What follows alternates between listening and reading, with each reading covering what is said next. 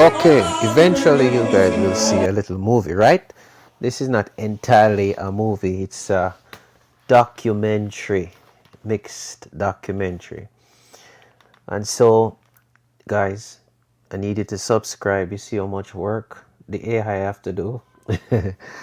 Anyway, so we're talking about Alexander Bedward, Bedwardism. So let's get right into it. This is part one. I intend to do 4 parts. Okay, so please put on your notification bell so you can get all of what you need to get.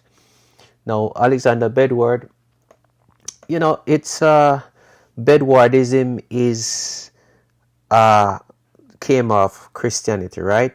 It's not entirely traditional Christianity.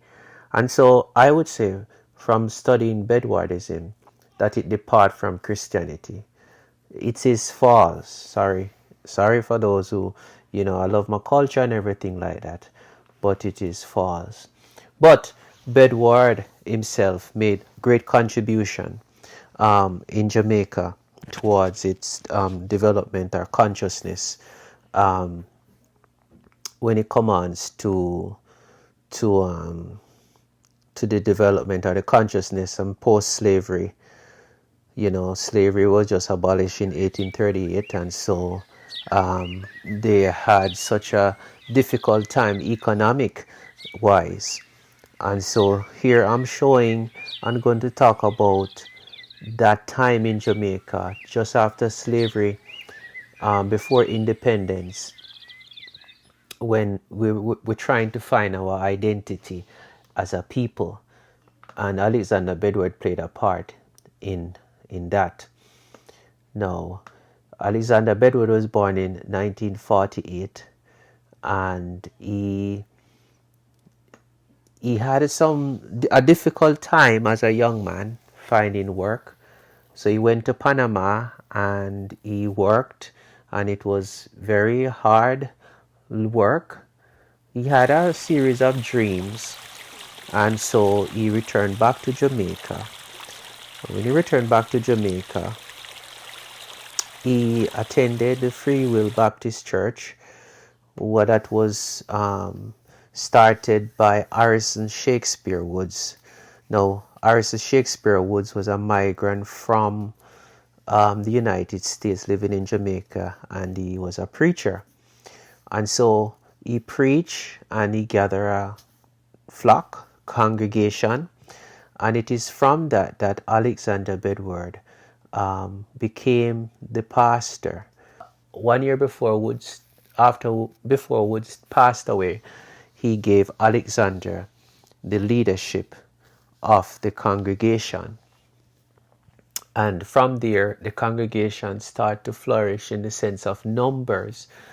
Alexander took over, and in Alexander's time, there were many different churches following Bedwardism, right? So that's the historical context of Alexander Bedward. The abolition of slavery left a void in the labor-intense plantation economy. Plantation, once reliant on enslaved labor, struggled to adapt.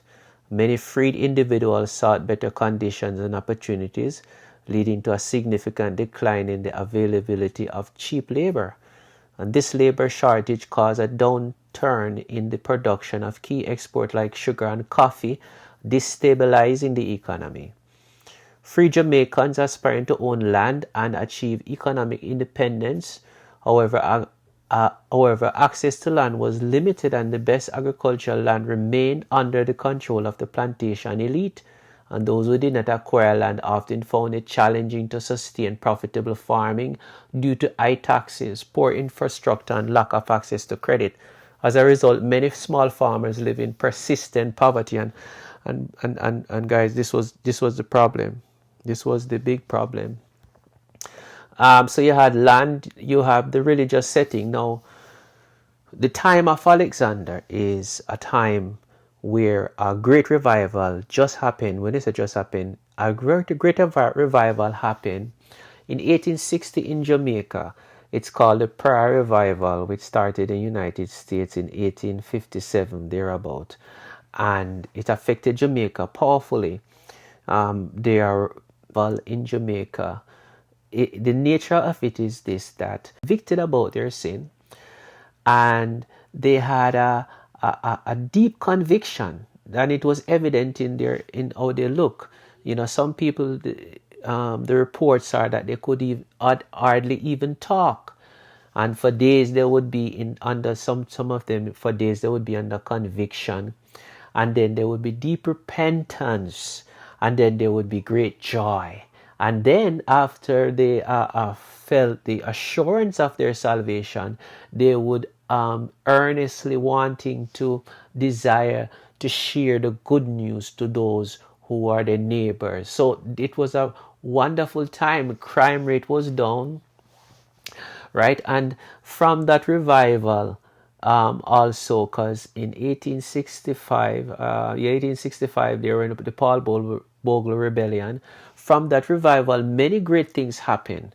Many great things happened. So it was around that time that Alexander was came on the scene.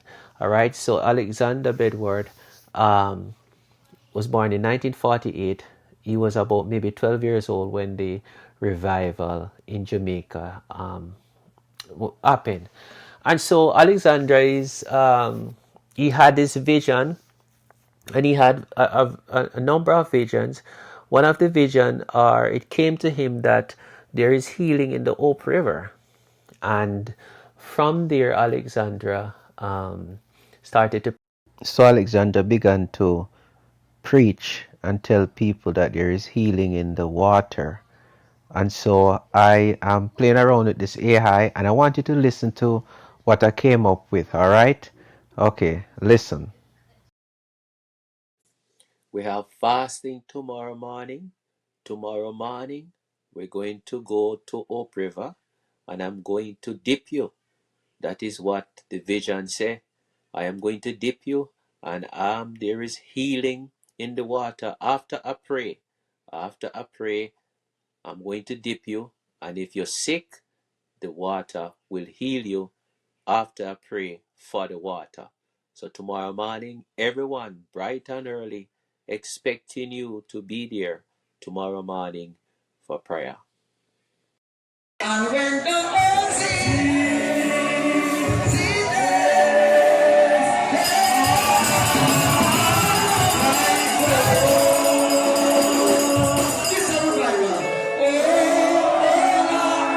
Who was Alexander Bedward's influence? In part 2, we will discover that there is a next Alexander that I believe, influenced Alexander Bedward.